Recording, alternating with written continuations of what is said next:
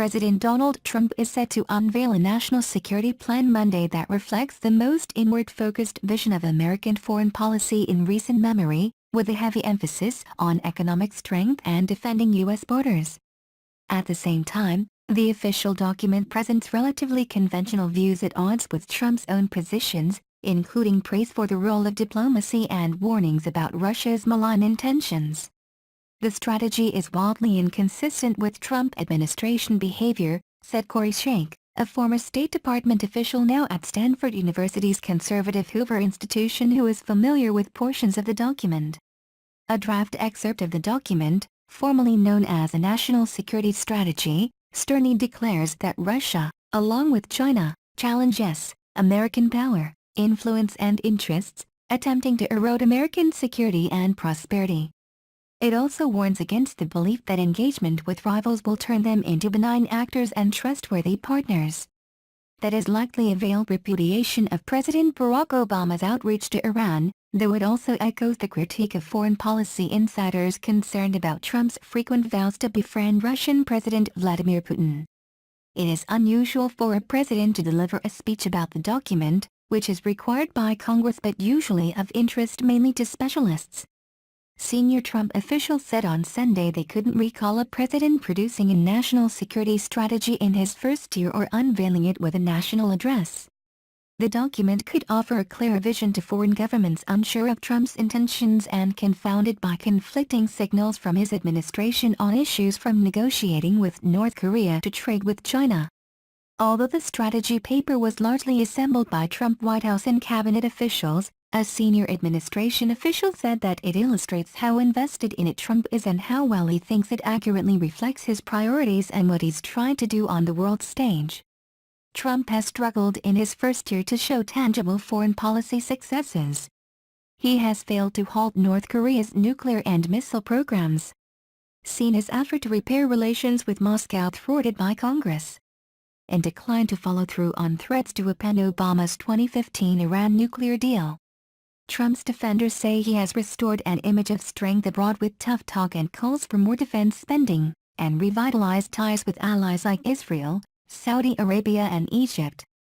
Trump's speech is likely to stress the role of economics in what he calls his America First foreign policy, a phrase echoed by the security vision. In the same way Trump is hoping to sell passage this week of a comprehensive tax reform law as another boost to the U.S. economy, the president is looking to link his foreign policy to the country's soaring stock market and GDP growth.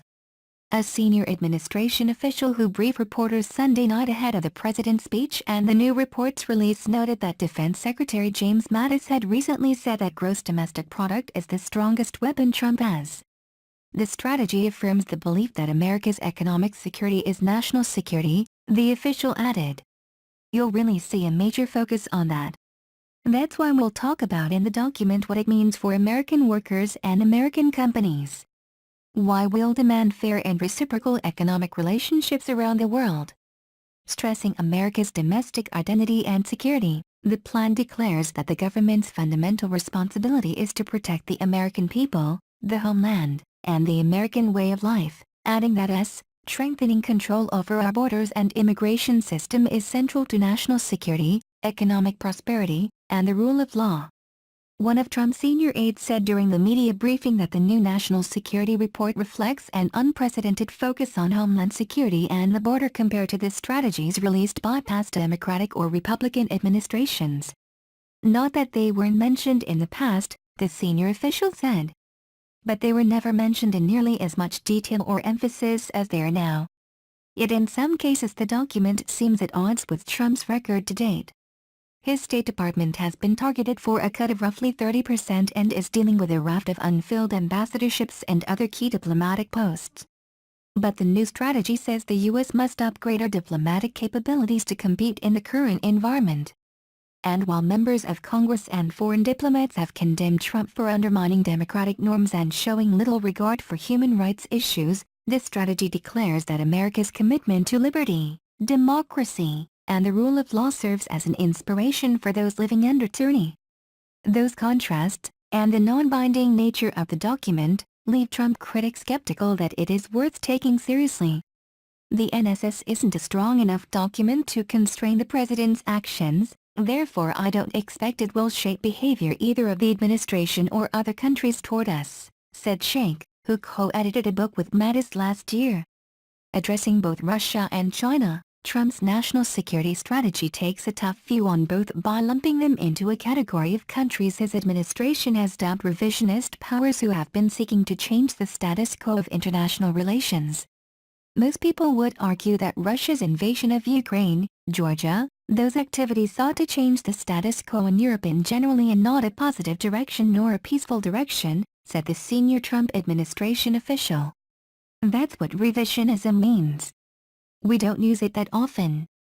On China, Trump plans to label the country a strategic competitor because of its use of political, economic, military and information efforts not seen elsewhere in the world.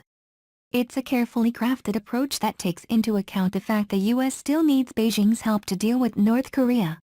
We know that we need China to work with them, and we've continued to work with them on the DPRK problem, the senior administration official said.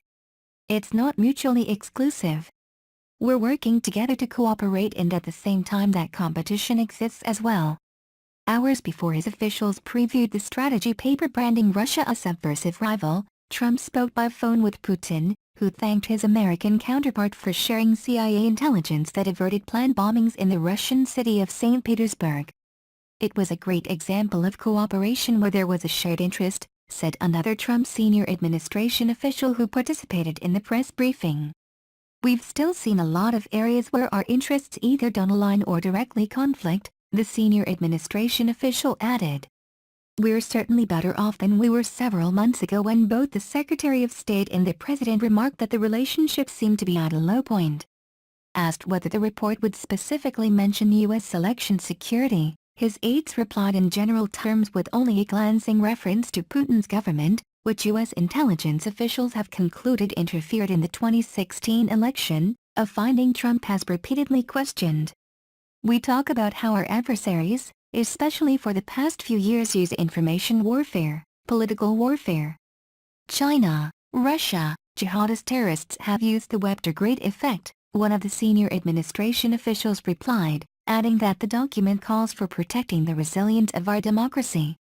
In one sharp break from international consensus, Trump's document does not present climate change as a national security issue. Obama's last national security strategy, compiled in 2015, mentioned climate change more than a dozen times. But Trump's aide said his security strategy on the climate issue is instead premised off the same themes he outlined last June in abandoning the Paris Climate Accord that was negotiated in 2015 by 195 countries, including the United States. Trump's vision on the issue now says, U.S. leadership is indispensable to countering an anti-growth energy agenda that is detrimental to U.S. economic and energy security interests.